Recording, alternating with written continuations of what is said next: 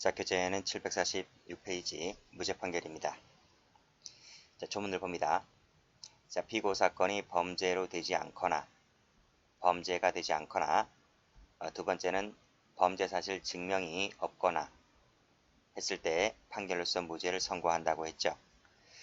자, 범죄가 되지 않는다는 말은 형법을 배우신 분들은 알 거예요. 구속요건 해당성이 없거나 위법성이 없거나 책임이 없거나 그 세 개 중에 하나입니다. 자, 밑으로 내려와 보시게 되면 동그라미 1번 나와 있죠. 구속요건 해당성이 없거나 위법성 조각 사유가 있거나, 그쵸? 그 다음 책임 조각 사유가 있거나 했을 때를 말한다. 밑에 CF는 참고로 봐두시고. 자, 판례봅니다. 판례가 중요하기 때문에 전부 다 별표를 쳐보세요. 첫 번째에서 위헌 동그라미, 그 밑에 위헌 동그라미. 그 페이지가 당초부터 헌법이 위반되거나 위반 동그라미. 그 다음 밑에 헌법 불합치 동그라미. 헌법에 합치되지 않는다는 거예요. 자, 볼게요. 헌법재판소의 위헌 결정으로 형벌에 관한 법률 조항이 소급해서 효력을 상실한다. 이게 무슨 뜻인가 하면 A라는 사람이 어떤 법률 위반을 했어요. 법률 위반 제 몇 조, 제 몇 항 아시겠죠? 이렇게 할게요. 갑으로 바꿀게요. 갑이라는 사람이 A라는 법률을 위반했는데 그 A라는 법률 정확히 말씀드리면 제 몇 조, 제 몇 조, 제 몇 항에 위반했다 이런 말이. 근데 재판을 받다 보니까 뭔가 이상해요. 이상한 게 한두 개가 아니에요. 그래서 이 법률에 대해서 변호인 측이 잠시 재판 스톱합시다. 이 법률이 좀 이상하니까 이 법률에 대해서 좀 심판을 좀 받아보자 라는 거죠. 그래서 헌법재판소 헌재에다가 위헌 법률을 심판을 지청해요. 누가? 판사가. 나도 같은 생각이다 이거요. 당신 말대로 나도 이 법률이 좀 이상한 것 같다 라고 해서 그 당해법관이 헌법재판소에다가 위헌 법률 일단 재판은 정지하고요. 재판은 정지시켜 놓고 위헌 법률 심판을 지청해요. 그래서 헌재가 이걸 받아들여서 심사하겠죠. 심사한 결과 어떤 결정 났어요? 위헌 결정 났어요. 위헌 결정. 맞다. 당신네가 말하는 것처럼 이 법률 제 몇 조 몇 항은 헌법에 위반된다는 위헌 결정을 때리게 되면 그 조항이 형벌조항이라면 그 법률이 태어난 때가 있을 거 아니에요. 처음에 만들어진 날, 그쵸? 그날까지 소급해서, 즉 과거로 거슬러 올라가서 효력을 상실시켜버려요.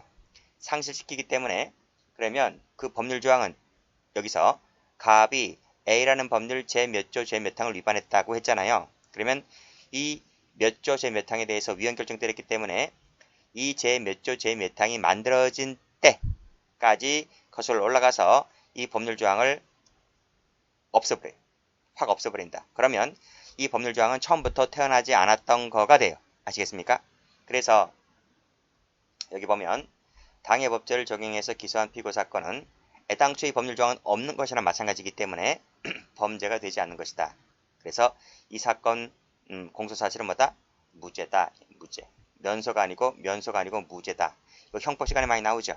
형법 시간에 죄형법정주의 할 때 아주 잘 나오는 판례입니다. 소급표 금지 원칙 할 때요. 이것도 마찬가지죠. 형벌에 관한 법률 조항이 소급해서 유력을 상실했다라고 했을 때 마지막에 무슨 판결 때린다? 여기 당해법제를 적용하여 기소한 피고 사건이 범죄가 되지 않는 때에 해당한다고 할 것이고, 그쵸? 이게 무슨 말이라고요? 무죄 판결 때린다 이런 말.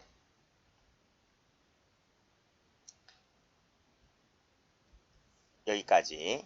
이건 뭐냐면요. 세 번째 줄은 뭐냐면 범죄 후 법령 개폐로 형이 폐지된 때에 해당한다거나 볼 수 없다는 말은 무슨 말이죠? 1조 2항 있죠. 1조 형법에.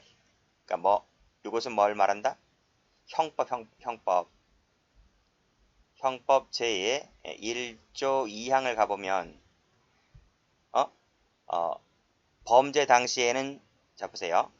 형법 배우신 분들은 알 텐데 자 여기서 갑이라는 사람이 A라는 법률을 위반했단 말이에요. 행위시, 범죄 행위시에 A라는 법률 위반을 했는데 재판받는 도중에 이 법률이 폐지가 돼버려요. 이 법률 A라는 법률 제 몇 조 몇 항이 폐지가 된단 말이에요. 그러면 재판받을 당시에는 이 법률이 있는 거예요, 없는 거예요? 없는 거예요. 없는 거란 말이죠. 그때 내리는 판결이 면소 판결 때린다 이 말이에요.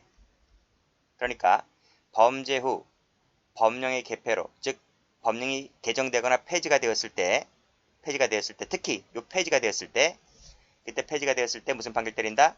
면소 판결 때린다 이런 말이. 그러니까 위에 거와 다르죠. 위에 거 위헌 결정 받은 것은 뭐다? 법률이 제정 시까지 소급 거슬러 올라가서 애당초 이 법을 무효화시키는 것이기 때문에 그때는 무죄 판결 때리는 것이지만 밑에 면소 판결은 뭐예요? 면소 판결은 범죄 당시에는 법률이 존재했었어요. 근데 재판을 받으려다 보니까 이 법률이 폐지가 됩니다. 그쵸? 어떠한 이유로 폐지가 되는데 그때 폐지가 될 때 내리는 판결을 면소 판결이다. 이렇게 말하는 거예요. 두 가지 비교하셔야 돼요. 그래서 위헌 결정일 때는 두 번째 줄 피고 사건이 범죄로 되지 아니한 때는 무슨 판결 때린다? 적을까요? 요 말이 무죄 판결 이렇게 쓰시면 되겠네요. 그래서 면소 CF 면소 판결 때린다고 하면 틀려요. 조심하시고 밑에 불합치도 마찬가지예요. 불합치도 여기서 요 헌재가 위헌법률 심판 제청이 들어왔을 때 헌재가 여기 위헌 결정 때리든지 쭉 내려와서 여기 쭉 내려와서 헌법 불합치 결정 때리든지 본질은 똑같아요. 그래서 역시 마찬가지로 소급 적용해서 법률 조항을 애당초 처음부터 무효화시키는 것이기 때문에 마지막에 무죄 판결 때린다. 무죄 미칠 자 것이고. 그러니까 헌법 불합치 결정이라고 하는 것은요. 헌법에 합치되지 아니한다는 결정인데 그 개정 시한을 둬요. 언제까지 개정해라. 이런 식으로. 언제까지 개정을 해라. 그때까지 만약에 개정을 하지 아니하면 그 법률 조항은 무효화시켜버리겠다. 이렇게 말한단 말이에요.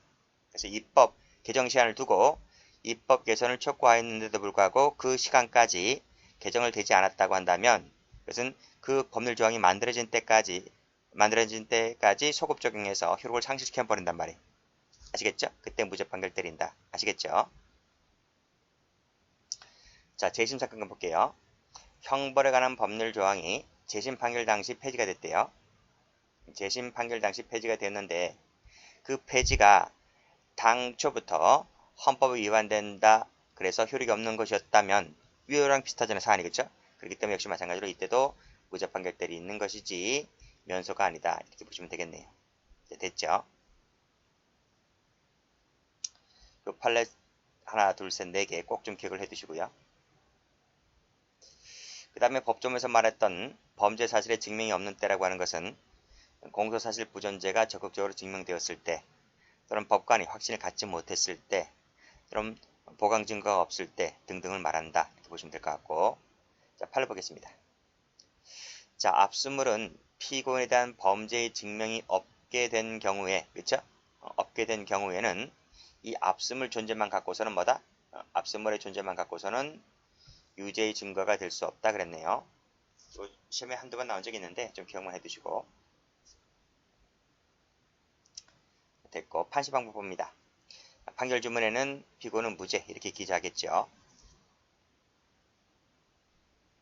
좀 나눠서 볼까요? 자, 일제가 있고 밑에 수제가 있죠. 수제는 쉬워요. 특히 이제 실제 경합범 같은 경우에는 일부는 유죄고 일부는 무죄일 때 그 무죄 일부가 무죄라고 한다면 그 부분만 무죄를 때리면 됩니다. 자, 이 일제 나와 있죠. 일제 중에서 포괄일제는 소송법상 하나의 범죄고 요 상상기 경합범도 수제예요. 수제지만 이 소송법상 일제로 봐요. 아시겠죠? 그래서 요 상경이라든지 이 포괄일제는 소송법상 하나의 죄이기 때문에 이때는 부분 사실이 무죄라 하더라도 하나로 보는 것이기 때문에 무죄라 하더라도 무죄로 판시할 수는 없고 유죄 부분에서 그 이후 부분에서 무죄라고 하는 부분을 설시하면 족한 것이다. 이렇게 보시면 되겠습니다. 시험은 8가 나옵니다. 자, 포괄일제 나왔죠? 밑에도 포괄일제죠?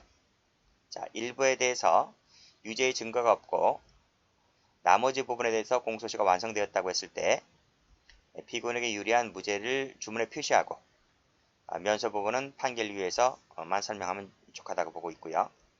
자, 포괄일제 관계에 있는 공소사실에 대해서 그 일부가 무죄가 판단된다라고 할 때 이는 판결 주문에 따로 표시할 필요가 없으나 왜 나와 있죠? 따로 표시할 필요가 없다고요. 그냥 유죄 판결의 이유 부분에서만 설치하면 족하다 이렇게 보고 있습니다. 그런 내용이 나머지 거 없고 시험은 왼쪽 페이지가 더 잘 나옵니다. 다음 페이지 한번 볼게요. 효력 볼게요. 자, 무죄 판결이 선고되면 기판력이 발생하죠, 그렇죠?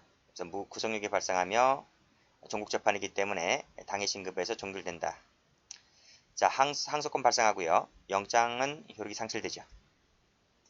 재심 얘기 읽어보시고 그 다음에 판결 확정되면 형식적 확정력 기판력이 발생한다. 자, 형사보상사항이 나왔네요. 자, 무죄 판결 받은 자가 미결국을 만약 당했다면, 그쵸? 이걸 당했다면 국가에 대해서 형사보상을 청구할 수 있습니다. 뒤에서 따로 배울 겁니다. 이 시효가 나왔는데요. 이 시효 좀 알아두세요. 안 날로부터 3년입니다. 그 다음에 확정된 날로부터 5년이고 이 숫자 잘 나오니까요.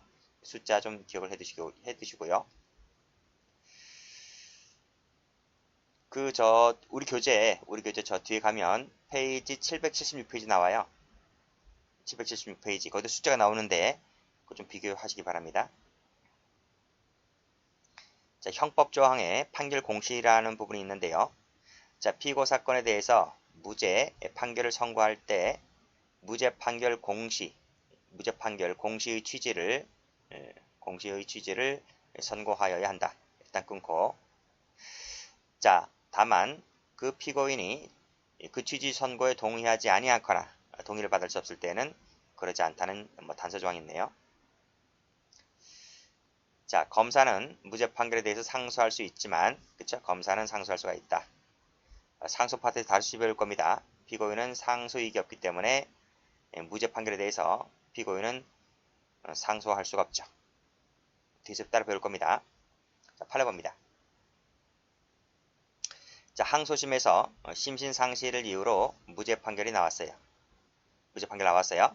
무죄 판결이라고 하는 것은 말씀드렸듯이 구성권 해당성이 없거나 위법성이 없거나 책임이 없거나 했을 때 무죄 판결 나올 수 있다고 했죠.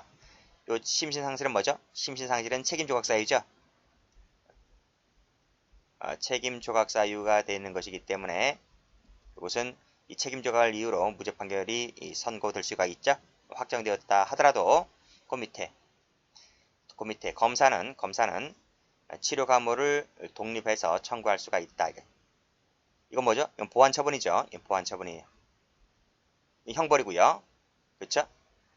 보완처분은 재범위험성,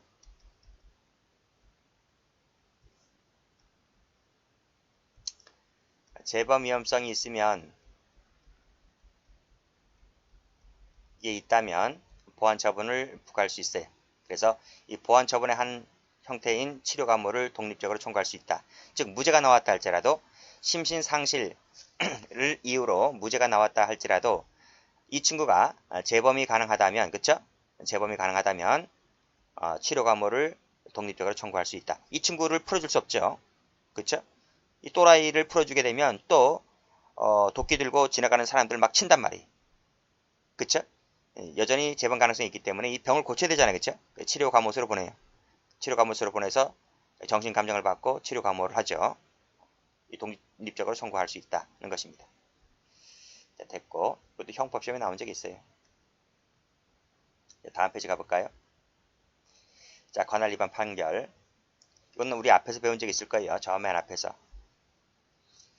자, 시험에 나오는 것은 요 법조문 2개밖에 안 나옵니다. 자, 관할권 부존재 볼게요. 피고 사건이 해당 법원의 관할에 속하지 않는 경우다 그랬고, 관할은 사물관할, 토지관할을 불문한다고 했습니다. 자, 법전 볼까요? 자, 피고 사건이 이 법원의 관할에 속하지 아니한 때에는 판결로서 관할 위반 선고를 하여야 한다. 2번, 3번 읽어보시고.